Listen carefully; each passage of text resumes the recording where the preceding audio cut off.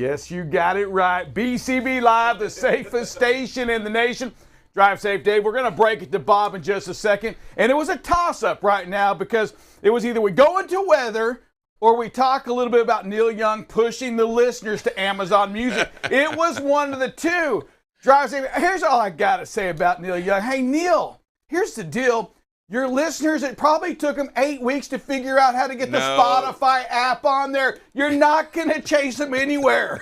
There's not new listeners going to, and I don't even listen to Neil Young. That was before my time. So I'm just saying, I get it. Hey, you know what? We all got to stand up for something. Right now here at BCB Live, the safest station in the nation, we're going to stand up for weather. We're going to show you what's coming your way. We're coming to you in 60 seconds with breaking weather news from Buckle Up Bob.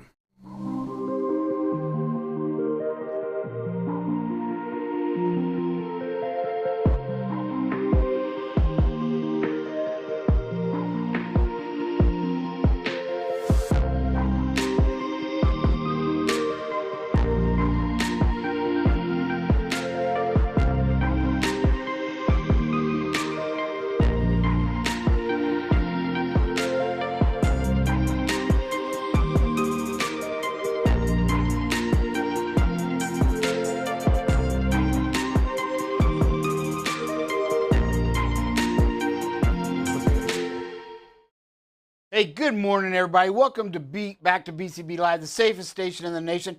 Happy Groundhog's Day, and apparently he wants 8 more weeks of winter, because what's coming this week, folks, is they are calling it a biblical storm. I heard this morning on the weather.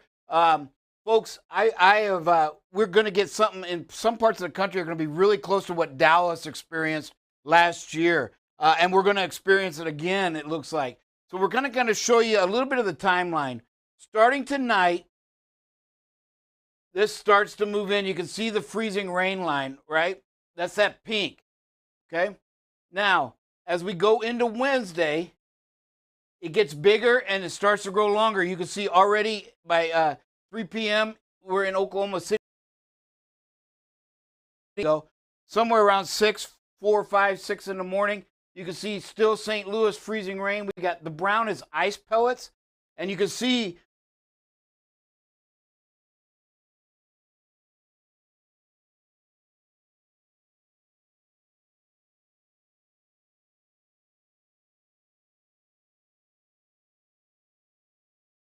in Texas, right, just north of Dallas there, Wichita Falls kind of area. And then as we go into Thursday morning, it's into Dallas, right? Arkansas, Memphis, all the way up to Columbus, right? Starts to creep into Pennsylvania as well. And then as we go Thursday through the day, right, it is in Pennsylvania. Look at that band. Huge, huge band. Folks, they are talking, this morning I heard Cincinnati, Ohio, and Columbus has a 66% chance of 2 inches of ice. 2 inches. We have a 66% chance of a half to 1 inch of ice here in the DFW area. This is going to be one of those major, major storms, and it's going to get really bad. This kind of ice will shut down the interstate, so you're going to have to plan. Get with your company out there. Make sure that you have a safe plan. You do not want to be stranded in this, because it could be several days before they open up interstates. So again, the big one's going. It starts to creep in tonight up here in the Kansas City area and St. Louis, as we'll go back again. Kind of show you that. See, right here, it's still raining in St. Louis, and you can see Kansas City. You start getting that snow and some freezing rain, ice pellets, a little bit back here in Kansas City. So this is about 8 p.m. tonight. And you can see Denver. Folks, the Rockies west of Denver are expecting 30 inches of snow, right? So we've got a big snow thing behind it. We got the ice right on the line. So again, we'll kind of go into Thursday a little bit. Show you again. There Thursday at 11 a.m. Look at that. Just a huge, huge band of ice. This is going to be a huge ice maker. And then you can see as you get into Thursday, even at 10 p.m., it kind of moves on to Dallas. But remember, ice, this thing's going to be lasting with the temperatures are going to be really cold. So once this moves through, it's not over. The ice is not going to melt anytime quick. So you've probably got another 24 to 48 hours after it moves through your area that you're still going to be potentially stranded as you go through the, Lexington, Kentucky. So you can see major interstates, 40 coming through Tennessee, 64 coming through Kentucky, right? And West Virginia. You get up here into 70 coming across Columbus. Again, let's hope they don't get 2 inches of snow. They actually have an 8% chance of 4 inches of ice, they said. But the main thing is going to be right in that 1 to 2 inch range, they believe. And then as we go into Friday, you can see the 1 p.m. there. You can see it shrinks a little bit, but you still got New York, Connecticut, down into southern Pennsylvania, southeastern, the D.C. area, Maryland, and then some ice pellets in West Virginia still. And then look down here in Houston, the cold temperatures come down. Houston gets a little bit on the back end of this, some down here just south of Houston and Corpus Christi could see some ice as well. I wonder the last time Corpus Christi saw ice pellets, right? But again, they're talking 30 inches. The other thing I want to quickly touch on before we take a break is in this snow band, they are talking anywhere from 8 to 18 inches. Certain parts of Fort Wayne, Indiana is expecting 12 to 18 inches. Detroit is expecting 18 inches. So again, once the ice comes through, then you got a heavy snowfall expected afterwards. So again, this is going to be one of those, it's so far it seems like it's a can't miss storm. You've got to be safe. You've got to protect your life out there. Do not drive in this stuff. It is not worth it. You're just going to be in the way in the accidents of people that are just refuse to stay off the interstates. They're going to be shut down, and probably we're going to see some major interstates closed. So, hey, we're going to take a quick little break here, and we'll be right back with BCB Live, the safest station in the nation.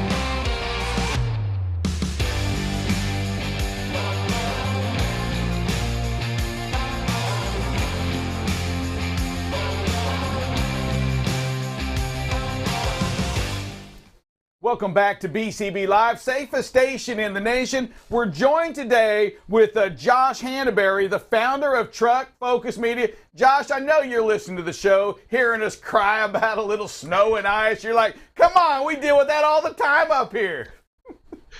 It's awesome. Yeah, thanks so much for having me on, guys. You're right.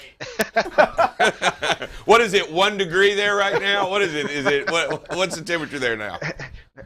I think our conversion, I'm not too sure what it is Celsius, Fahrenheit, but we're about -5 right now. We did get blasted with snow last night, though, so I have my empathy dealing with ice. We're right there with you. About -10, guys. Yeah, so those of you that don't know Josh, listen, he does a lot of podcasting out of Canada, right? He's up there and where it's cold and where there's all those, you also have all the convoys going on up in Canada. Hey, but before we get to that part, Josh, hey, let's, yesterday, I think it was today in the Wall Street Journal, talked about the Prime Minister of Transportation says, hey, listen, the first couple of weeks after the vaccine rule, the vaccine mandate that keeps the unclean, right, from entering or exiting Canada, listen, it hasn't really changed that much. What are you hearing up there in Canada? It's a different challenge right now, I won't lie. A lot of it, I think, is more on just the industry support side. I stand in a place of true advocacy where I like just promoting professional drivers, promoting carriers to do the right thing. And yeah, there's a lot of back and forth right now between some of it's politics, some of it I think is uncertainty. And that type of culture, it's tough to keep your head above water, it seems. So before we get really started, tell us a little bit about Truck Focus, like you were talking about it. Go into great detail how it got started, what you're doing about it. I want to know a little bit more, and I want the listeners to know a little bit more about you.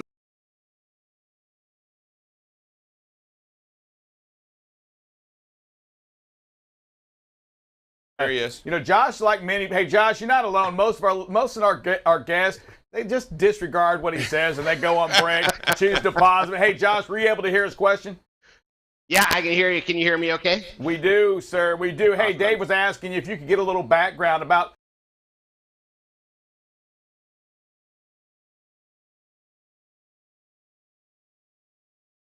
your chance to brag on yourself. And there he is. Oh, I lost you now. I'm back.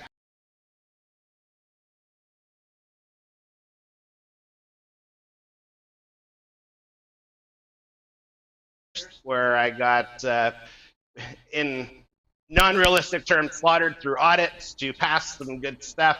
Yeah, I've just been really fortunate in Western Canada just through my career where I'm like, you know what, there's a lot of really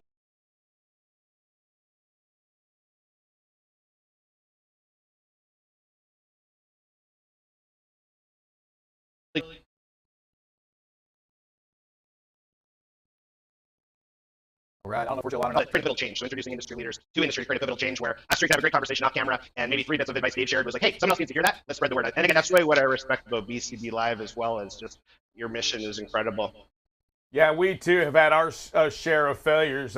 We seem to do that. We got that part down, right? That's like the easy part. Yeah, you know? yeah. The failures, they come like natural over here. We lock those in and we get those set. They're almost our successes. Yeah. I feel like you're moving into our territory. Hey, but Josh, let's just talk a little bit. When we talk about vaccine mandates, you know, here on the U.S. side, we also talk about how it can affect, you know, our driver pool. You know, what's it looking like up there in Canada? I mean, do you have the same driver shortage up north as we do down here in the States?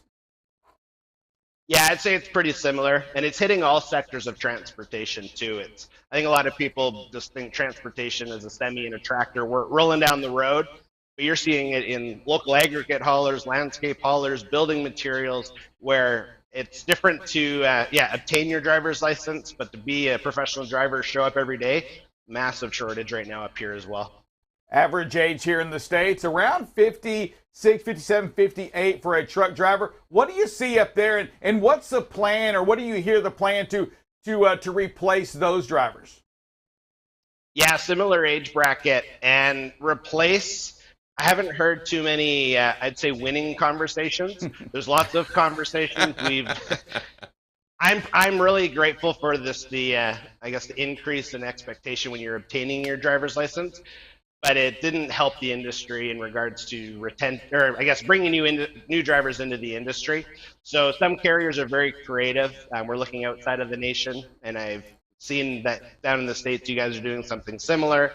And yeah, a lot of it's hiring within and big signing bonuses. But I'd say collectively as an industry, we still have a lot of positive PR to do, just to say, hey, it's a really great industry to work in. You can support your family. So you know, I know you have a pretty good pulse on what's going on here and there. What would you say would be the major difference right now in the trucking in the States and up there in Canada? If you had to pinpoint it down, like, hey, you know what, we really do this. I mean, this is really the biggest difference. Oh, that's a great question. I really respect your guys' various models in industry, and I think from you guys use the term freight brokers, we could use the term third-party distribution companies, and I think there's a lot there.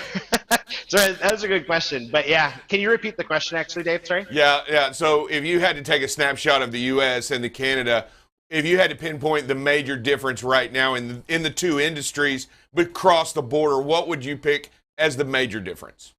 Yeah, okay, great. So the two for sure, one is your guys' ability, you guys as in down south, to utilize technology and truck parking.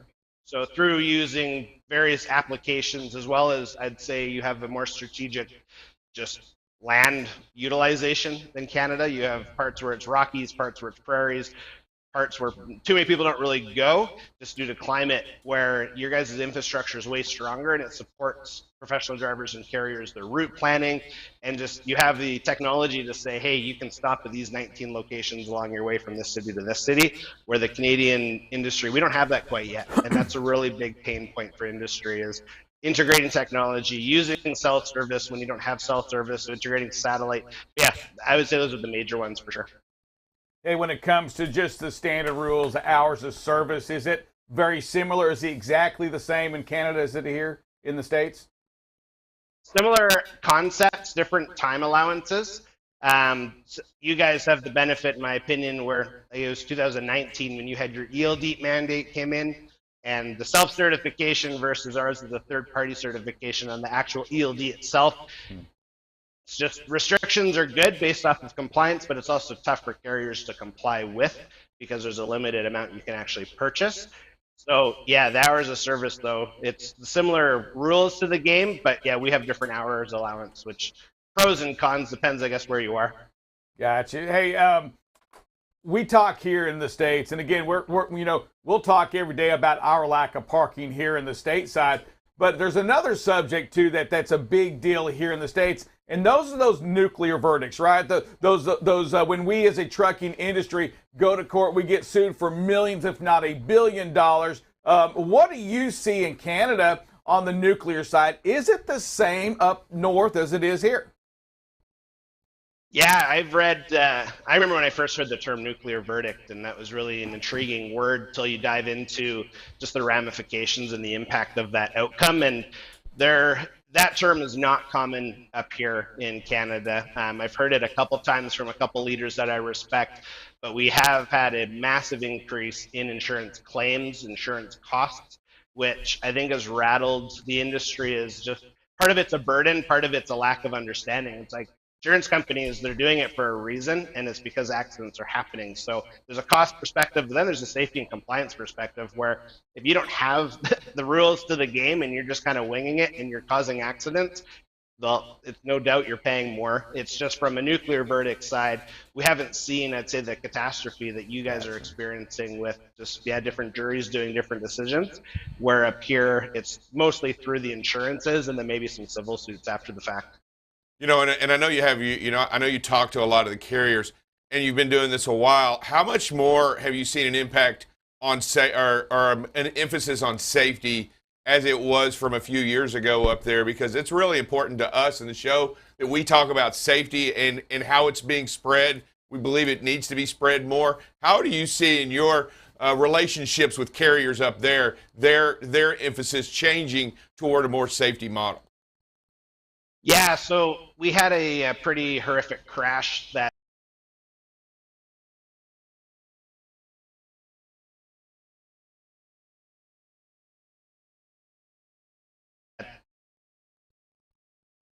No, it's talking about the bus crash. Yeah. legislation and industry associations could do something similar. Some carriers have really bought into it. Some carriers absolutely are industry leaders, and I really resonate in that space.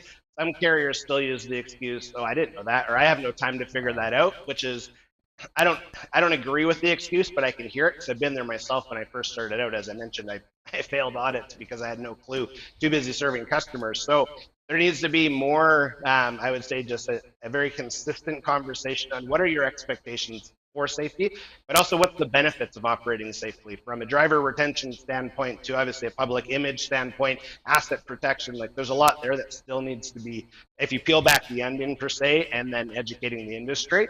But I would say there's more than in my 15 years in the industry. There's more conversations on requirements and whys than there probably ever has been. Yeah, there's no doubt here in the States. I think we have done a good job of placing a bigger value on it, right? We continue to do that side.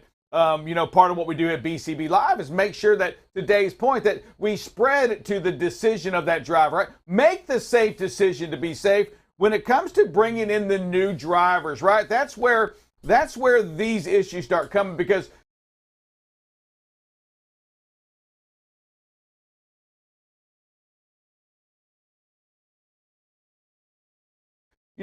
are they going out there untrained, or who's trained them? Do we spend enough time on new drivers preaching about safety? What's your opinion on it? Are we doing it day one, telling them that, hey, at the end of the day, there's nothing more important than saving life or placing value on life?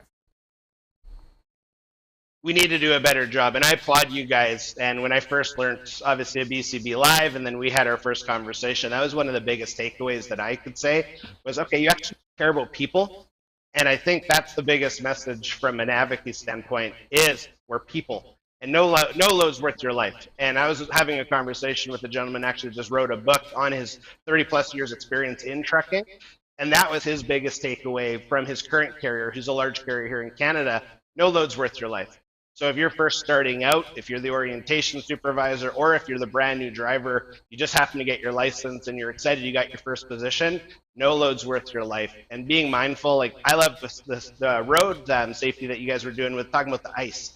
Like if you don't feel safe, stay off the road. Very simple decision. And ultimately, if your customer doesn't like that decision, tough. Yeah, right. Again, ultimately, it's about protecting our drivers. Yeah, it's about protecting the drivers. It's about not having that claim. It's about protecting life. That's what it's about. Here in the States, we saw more new entrants joining an industry because of rates, right? The rates are crazy. Let's go into trucking. Is it easy in Canada? I mean, because I think, Dave, it's too easy here to open up your own business. Yeah, get a truck, buy a truck, get a license, as long as you get the insurance, you can open up your own business. What are you? How does that work up in Canada? Pretty similar. I agree. It is way too easy. I wish they would give you you have to meet these 900 requirements before you can actually start your corporation, put plates on your own truck and start hauling. But yeah, so prior to our conversation too, we talked about major carriers, and that was a benefit of these acquisitions was the owner-operator model is booming up here, where it would be helpful if there was more equipment, but it's too easy still to start a company, get some plates, get your safety fitness certificates, what we call up here, and start rocking and rolling. But there's huge opportunity in there as well. We could just do a much better job, I'd say, at educating the new owner operators to say, yeah, you can't run 20 hours a day, and I don't care what you're getting pushed to do. Like there is some restrictions in place, and we all want to make money, but you got to do it within the boundaries of the law. Yeah, exactly. Yeah, no doubt. And when you brought up the acquisitions part, hey, let's face it. You know, in my mind, I feel like there has to be like 2 trucking companies now in Canada because those folks are just buying everybody. You're buying American trucking companies. You're buying across the border. You're not just buying up there. Your acquisitions are reaching out and you're grabbing up. Yeah, you're grabbing a lot of the American companies and you're focusing on just broadening. It's pretty interesting on what the Canadians are doing across the border.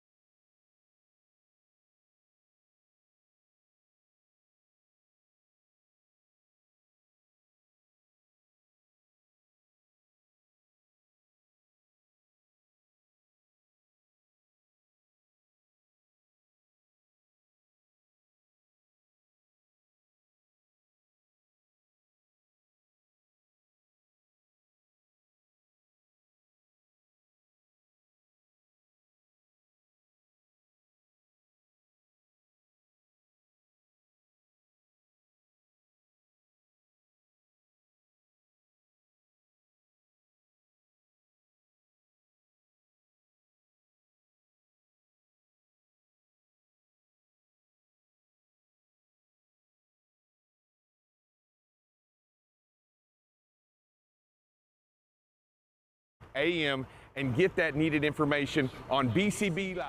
Welcome back to BCB Live, safest station in the nation.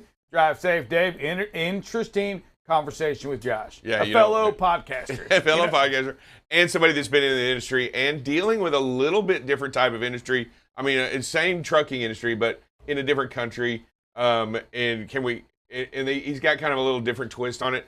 But you know what? They're feeling some of the same genuine pains that we are.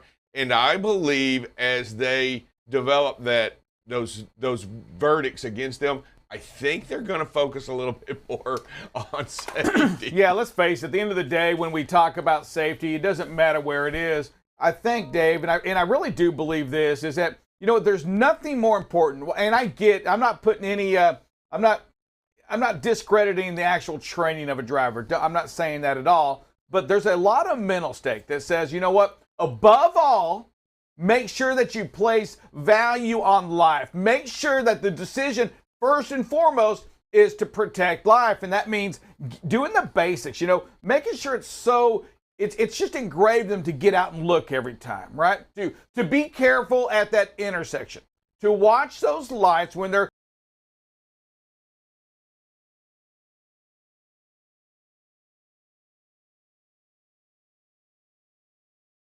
shale green.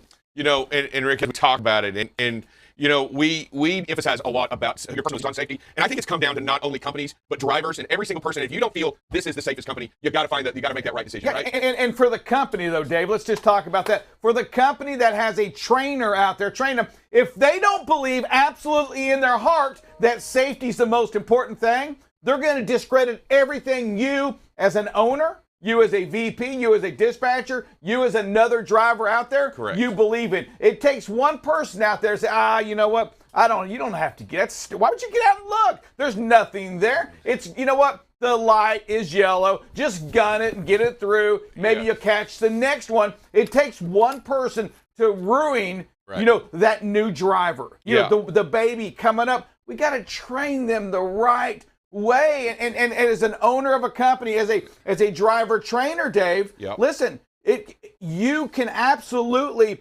destroy this person's mind or create a great one. Bam. I'll tell you, when you train and you do it, I'll tell you one of the most impactful things to do is that when you do it right over and over, and they ask, well, you've done this for 20 years, why are you getting out and looking? Because you have to. Yeah. Right. And why are you going? Why are you checked the oil yesterday? Why are you checking it today? You just checked it.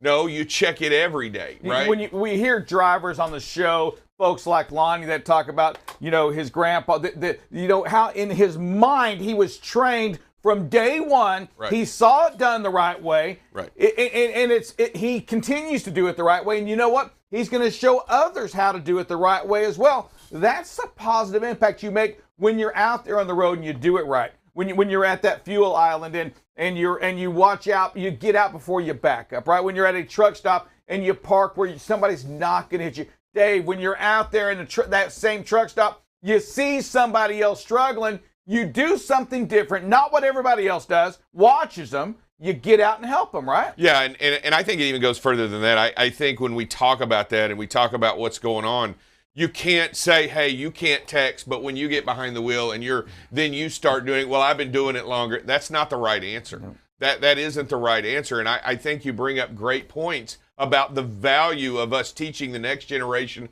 the true points of what's necessary to be better. And you know what? The next generation can be better than this one. For sure. We have to train them. We have to teach them. We want them to 100% be 100% better than we ever were. And we have to want that for them because in order to do that, we have to believe that in our hearts that we have to give them all the tools necessary to become those great drivers of the future that make a genuine difference in this industry. Yeah, we get it. You didn't have all those safety things when you started. We get that part, but you know what? We need them to because it can save lives. because it is safer today than it was back then with the equipment, right? It's not you driving that anymore. It's somebody else. It's all this new technology. They're automatic. They don't have the experience that you had. There's more vehicles on the road than there were 20 years ago as well, Dave. Absolutely, and I'll be honest with you. There's great opportunities here for even somebody that's been out there 20, 25 years to understand and learn from what's going on in the industry and what's going on in our hearts and our passion for safety to change what we do now to be better for the next year. You know, we're not going to lead them unless we lead them by example. We're not going to teach them unless we teach them by example. And you have to understand, I know you've been doing it 20, 25 years, but you have to understand if you want to make a genuine positive difference in this industry, you have to do it a little bit different. Yes, and right now is your chance to learn a little bit with the phrase that pays. Drive safe, Dave. Give them that phrase that pays. Here's a tough one. I'm just going to go ahead and give You're it. killing time.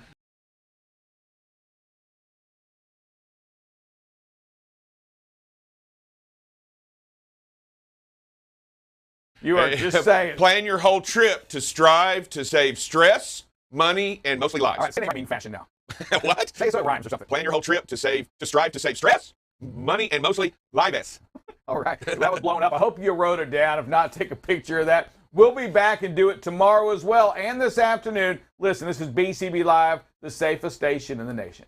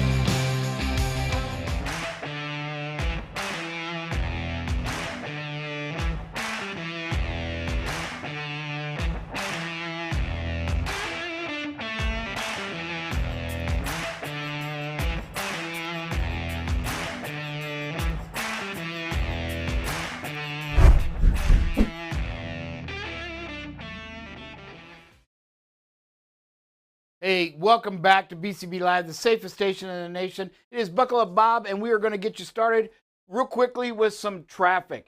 We're starting the DFW area. Lots of issues going on in the Dallas. Look at this.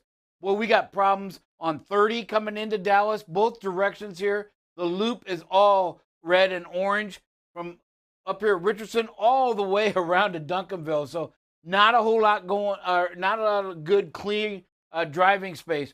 40 coming in from 20, also a problem, right? The Fort Worth area, a little bit worse than normal, but again, northbound coming up from Burleson, you're going to see about a 10 to 15 minute slowdown. And then right here at all the merge points, 121, 30, you can see in the downtown Fort Worth area, you are going to experience some backups there as well. Folks, you got to start today, start right now. We have to have patience, right? And we have to have slower speeds because the weather's coming. You've got traffic. It is going to try everybody's patience for the rest of this week. As we go down into Houston area, again, a lot of the same, a little bit worse than yesterday, but the loop looks pretty clear. A little problem over here by Deer Park and Channel View. And then again, coming up in the northbound lane here of 288, as you come into the Houston area, you can expect some delays there as well. Out here by Katy, the eastbound direction and also 290 Jersey Village, going to see some problems, as does 45 as you come down into the Houston loops this morning. As we go to Kansas City. Hey, Kansas City, enjoy your commute this morning because it's going to start getting bad by the commute this evening, right? So again, it's going to hit this Kansas City, Missouri area first, as everything starts to switch over to freezing rain and snow. Right now this morning, Kansas City, you've got clear sailing, 70s clear, 35 passing through, the loop 435, all looks good this morning. Chicago looks great. 80, 90 coming across the state lines. Indiana, Illinois look good.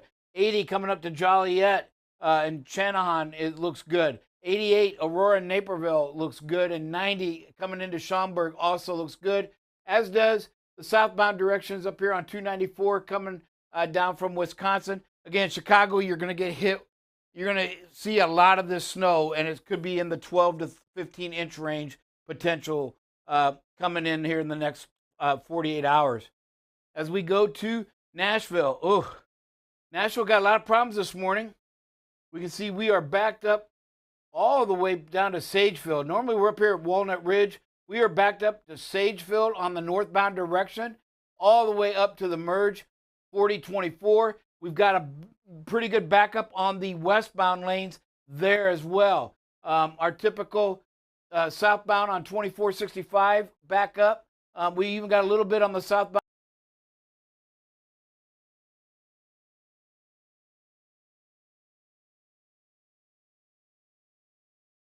on 31E.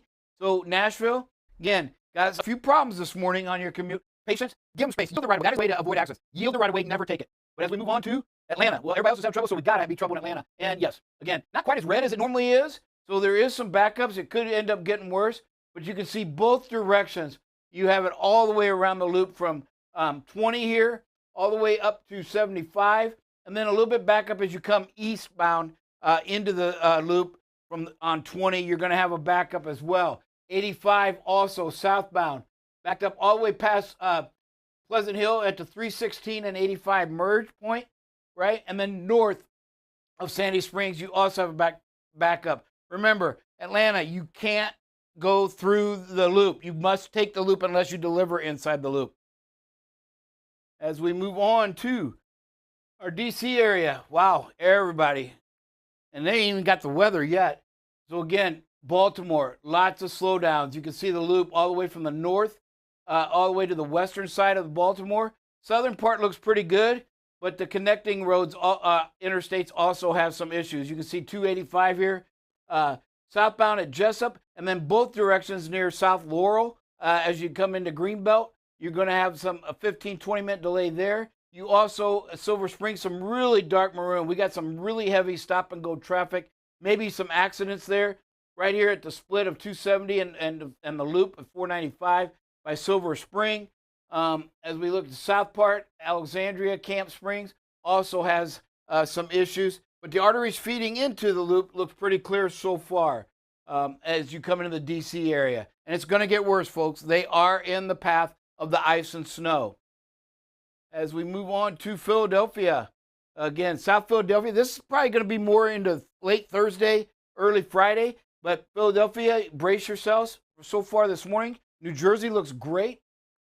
Typical slowdown along the river there, just northeast of Philadelphia. And then we're backed up all the way across 276, almost to Phoenixville, PA, as you come in your commute there. So again, a little bit more traffic as you come into the downtown Philadelphia area. New Jersey side also has some stop-and-go traffic just south of Haddon there at all the merge points. So again, we talk a lot about merge points. Have your patience, keep the spacing, slow down, and always, always yield that right away, and you will not have a problem. And we're going to go back into our weather. We kind of broke in a little bit. So just kind of wanted to show you a little bit more. Again, did a lot of research, been watching a lot of the weather stations, the national ones, and, finding out how, one of the questions, how does sleet actually form, and then there's snow right behind it, right? And so we're going to go into that a little bit later. But as you can see, they are talking 30 inches of snow in the Rockies potential, right? So once you get past Denver, you can see all of Denver. They're going to expect anywhere from 8 to 12 inches in the Denver area. You can see all of Kansas. This is by tomorrow at 4 p.m. So really, when does the timing? It's about 7 o'clock tonight. There you go. You can see right around, let's see if we get into 6. So right at rush hour traffic, right towards the back end of rush hour traffic, you can already see some of the wet snow that's going to be moving in to that St. Louis area. So St. Louis, big commute. Kansas City, going to have some problems as well. They're right on that edge. And then So around 5 p.m. tonight is when you can kind of expect to start seeing some of the headaches, right? And then even in 4 short hours, you can see it stretches up to Chicago, all the way through Kansas, right? So 35 is going to be a problem. And you can see the Kansas City area, you got some ice pellets. You've got the freezing rain right through the St. Louis area, right? So 70 going across is going to be a nightmare with ice. Folks, what they're telling us, and I'll show you when we get to the band a little bit later, they are calling this storm of biblical proportions, so to speak. And so what's really it's going to be hard is the ice. You're going to put a heavy, thick layer of ice and then pile on 12 inches or more of snow on top of it. It's going to make it hard for any treatment or the plows to get down to the interstates. They are already telling everybody to expect major interstates to be closed. So as we go into Wednesday, 8 a.m., so as we get ready to start our commute on Wednesday morning, tomorrow morning, you can see Oklahoma City, freezing rain, right? So 44 corridor, right up through Springfield, Joplin, all the way to St. Louis. That band is wide, so that highway is probably going to be no-go, right? If you're out there, carriers, drivers, get with your carrier. You do not want to be stopping along 44. If you can get out of that area today, do that, because, again, if this ice comes what they're predicting, you could be sitting there for 48 to 72 hours, because we're going to show you the temperatures. They're not going to warm up immediately for about another 24 to 36 hours after this system pushes through your area. You can see all the way through Illinois near Peoria as well tomorrow morning. Then as we get in the afternoon, starts to push south a little bit, but now all the ice pellets right along 44. So we get a layer of ice, and we're going to put some ice pellets on top of that. Same in Oklahoma City. And you can see it runs through southern Illinois, that Mount Vernon area, and it starts to push its way up into Indiana and Ohio tomorrow afternoon. Tomorrow evening, look at that band. Stretches, gets longer, about the same width. Now the whole Boot Hill, Missouri, Paducah, Kentucky, Evansville, Indiana, right? Getting real close right there to Indianapolis. And it's starting to push into Columbus area, but you can see the Dallas area right along the Red River there, south of Oklahoma City. So all them, what is it, Purcell, and I forget the one name that I'm thinking of right off the top of my head. But you can see it reaches all the way back to the New Mexico state line through Texas. Look how long that is. And some patchy ice up in New York as well. As we get into Thursday morning for your commute, look at that. Wow. Again, it moves a little bit south. Now it's going to dump another 6 to 12 inches of snow behind it for Texas and Oklahoma. Up north, Detroit area, they are predicting a potential 18-inch snowfall for the Detroit, Fort Wayne, Indiana, Cleveland, Ohio area, and Erie as well. So again, Thursday's commute, you can see 24 hours later from tomorrow, it's still just as bad. It moves into Columbus. Folks, right now they are saying it's a 66% chance that they will get 2 inches of ice on the highways here, going across 70 and some of the main thoroughfares in the Columbus, moving into the Cincinnati area.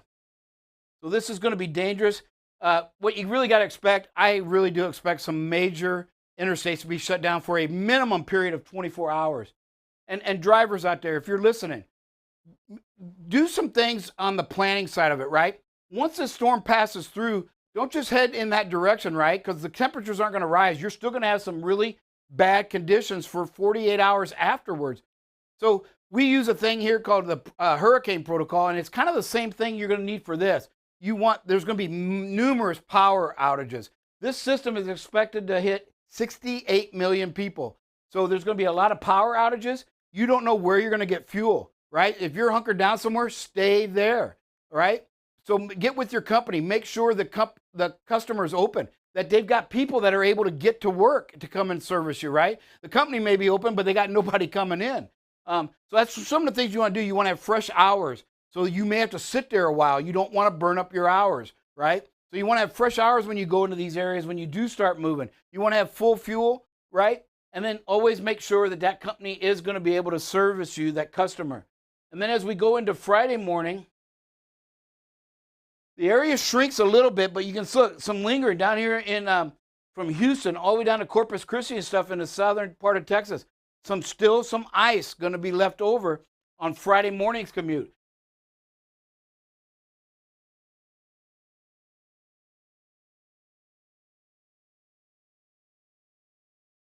And now you can see it's coming up 81, pushing to 81 as it goes into Virginia. Kentucky moves up here into 64. And then you can see the bottom third of Pennsylvania. So Harrisburg, right? It's going to move into Philadelphia, up near Scranton, Wilkes-Barre, right? The southern tips of New York and the northern part of New Jersey come Friday morning. And then by 4 p.m., you can see the D.C. area, Baltimore, and Maryland and D.C. starts to get hit, and just some pockets of ice, okay?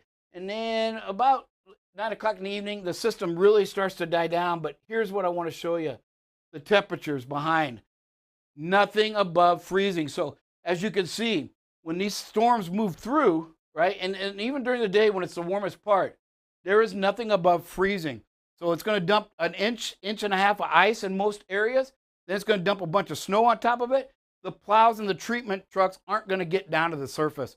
So expect some major highway closures, interstate closures. So obviously if the interstates are closed, the secondary roads are going to be impassable. So we got to plan for this.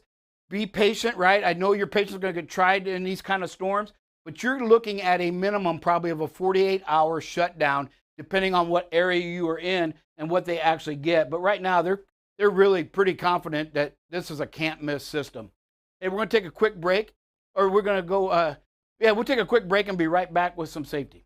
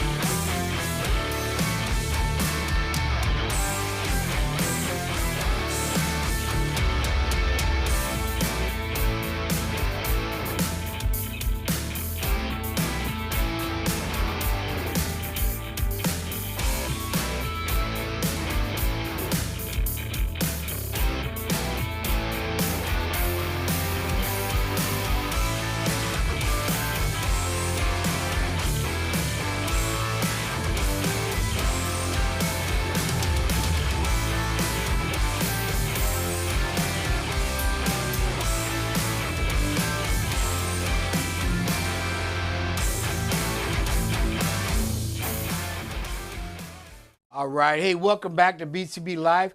We're going to get you started off today a little bit different with some videos, and then we're going to wrap it up in with what our topic that we're talking about. As the end video will lead right into that for you, and we'll get to show you some great examples of an example of turning.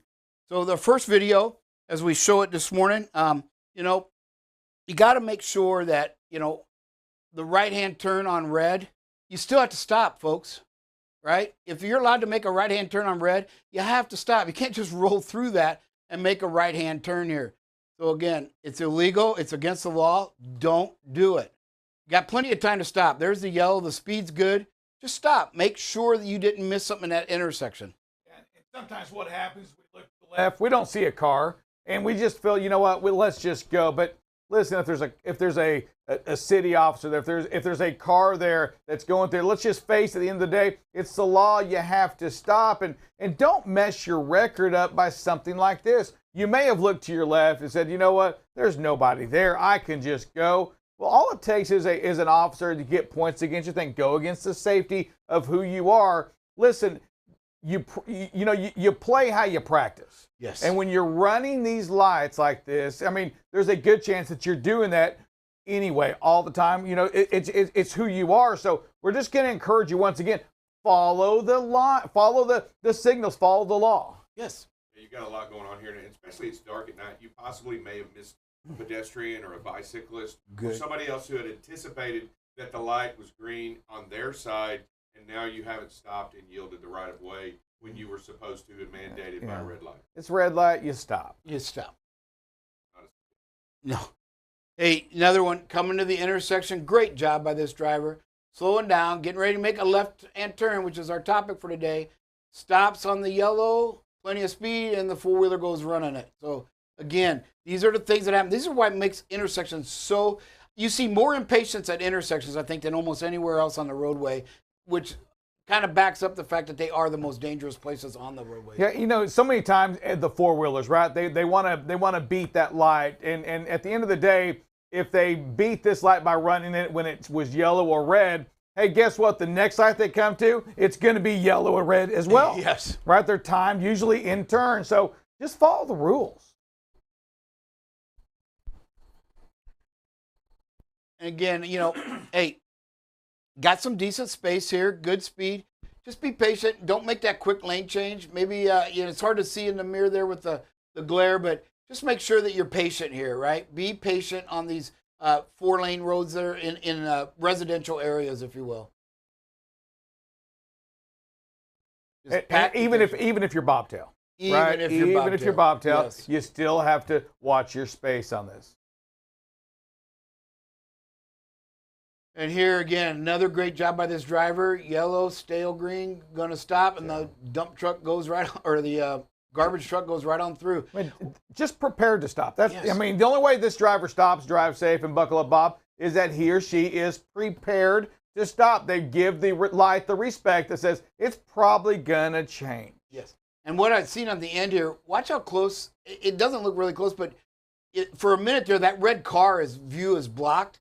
And so when you show this again, right, you don't see this red car until the garbage truck starts to go through. But it doesn't look like they're going to roll that right-hand turn, and then just a half a second difference, and that could have been a whole different outcome if they assume that driver's going to stop. Again, great job by this driver, right? Watch what happened. This is crazy. Speed was slowing on the brakes already because of this car.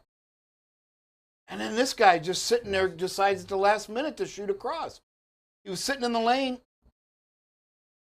Well, you got to keep your head on a swivel. Good job by this driver. Yeah, I mean, you focus on this, and it's easy to focus on this car, but then this guy is going to shoot there and make that. I mean, it never ceases to amaze me. That you've got to be ready for everything out there. We say it all the time, but when you see this video, listen, I mean, you see this one here, I'm thinking, well, that's not too crazy. He went up pretty far ahead, and then this guy does this move, Dave, and I know we see it quite a bit out there on the road. It doesn't make it right. There's a couple of things that make this scary. Number one, he could pit maneuver himself across the nose of your truck, and then therefore he's sideways, and you're pushing him down the road. Another is there's no way he sees who's exiting. He has no idea. He can't Agree. see because you flag. I mean, you're just a big wall. Yes. And he can't see who's on that exit that has come up behind you and maybe going just as fast. Because everybody looks like they're flying on this freeway. Look at those on the outside. It is crazy going. You just got to be really careful. And I understand these things are going to be happening, but you know what you need to do when these things happen? Be patient, slow down, and understand. Yeah, forgive, relax. You start back to increasing your space.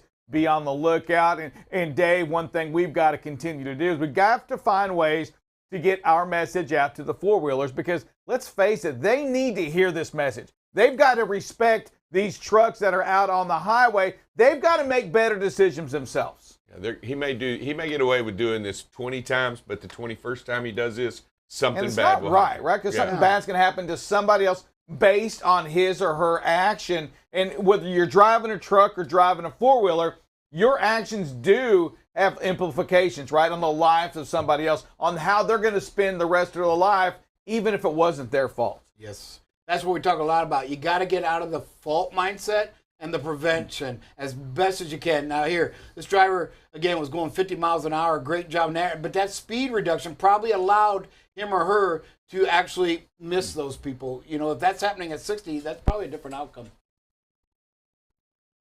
And again, tailgating is tailgating. You've got construction, right? You've got a bunch of busy merge points. Back off. Be patient, right? Just be patient. You can see the construction crews there. Just get off there. What are you doing, right? Come on, man. Come on. We can't do that. And that's what we're after right now. And I get it. You find yourself in this situation, Dave. What we stress upon everybody is we've got to recognize it. And once we recognize it, we must back off. Yes. I mean, to keep going, and we're gaining on this car in front of us, Dave, right? Absolutely.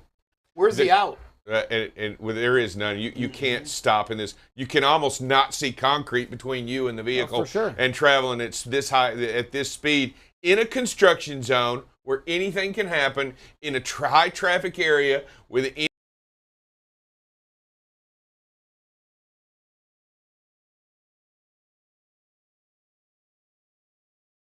anything can happen. You won't be able to stop. And when you are in this car, not only have you potential for life, loss of life, but you're probably going to damage your license. So Bob, as, on the trucking side, as a trucking safety manager, what do you do when you talk to a driver that has just had this happen to him? I mean, what's the conversation like? My favorite thing is to keep asking the why question. I think we heard it the other day. Is keep asking why. Why? Well, because they'll give you some. Usually, the first response isn't a really good one. And if you keep asking why, you will never ever get a safe answer to that question. And if I can keep asking why, eventually the driver will say, and then they'll realize how silly it sounds. So my favorite thing is just keep asking why. They'll say, well, because well, why?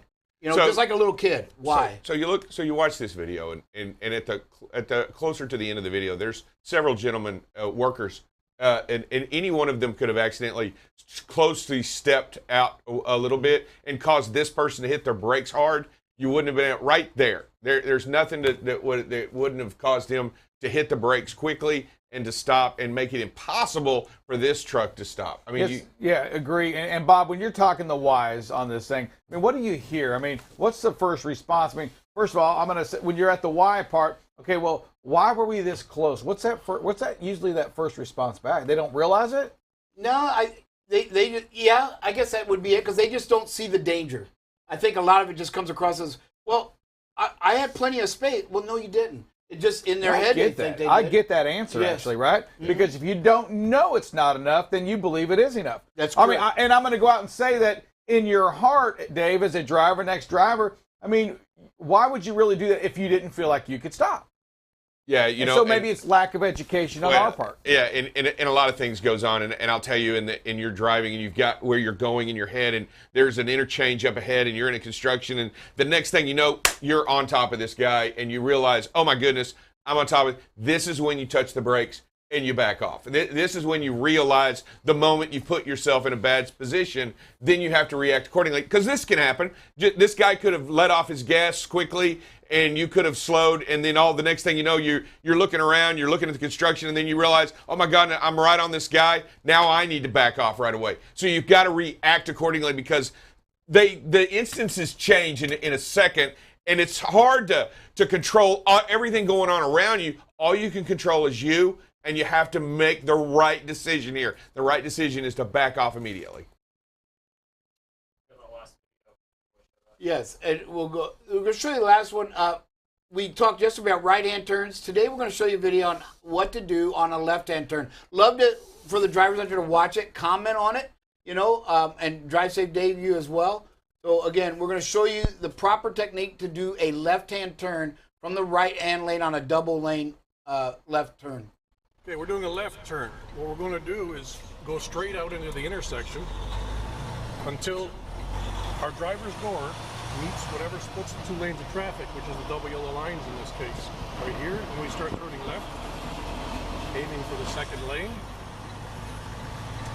and then track your trailer into this second lane. The trailer has no place to go but behind you. And you finish in the same lane you start in, which in that case, there were 2 left turn lanes. You start in the right, and you finish in the right. Always finishing in the lane that you start in. And that's a left turn from a double turn left lane. All right, Drive Safe Dave, thoughts on that? Before we say anything else, listen, this was a Walmart video, I believe, definitely from a driver. There's somebody else in there filming it before we say, hey, why is the driver? It's not the driver. He's got a GoPro on. Somebody else doing that part. Yes. Drive Safe, thoughts on that film? All these techniques are great. I do like the driver door technique. Is a great way to position yourself and to think your way through it. I do like all of that. You want to make sure, a lot of the times though, you'll have a double turn lane, which you're required to go both. You want to make sure that you're on the outside turn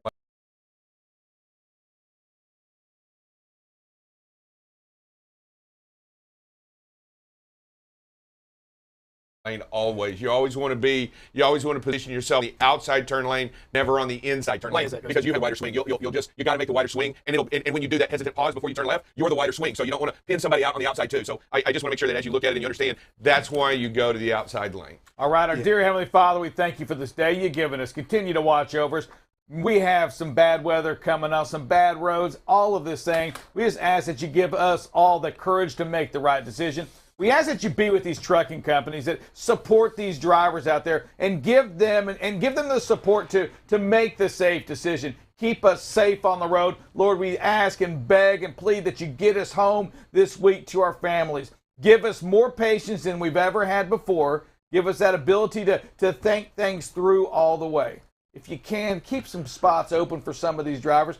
Find a place for them, but allow them to be successful and during this time. It's going to be a challenge, and our hearts are with each and every one of them. Keep them safe. It's in your Son's name we pray. Amen. Everybody, listen, for many of you, you have your own local show coming up, probably a lot of weather on it. Stay focused on that. If you, when you go to your local station here, stay focused on the weather and road conditions. Listen, we have a heck of a week up ahead of us. We do. It's the time right now to really practice those BCBs where we're being safe matters. Communication's right there. Being on time. Listen, nobody cares right now. We care about your life, making the right decision on the road all the time. So just make sure that you do that. We'll see you this afternoon again. For those of you, stay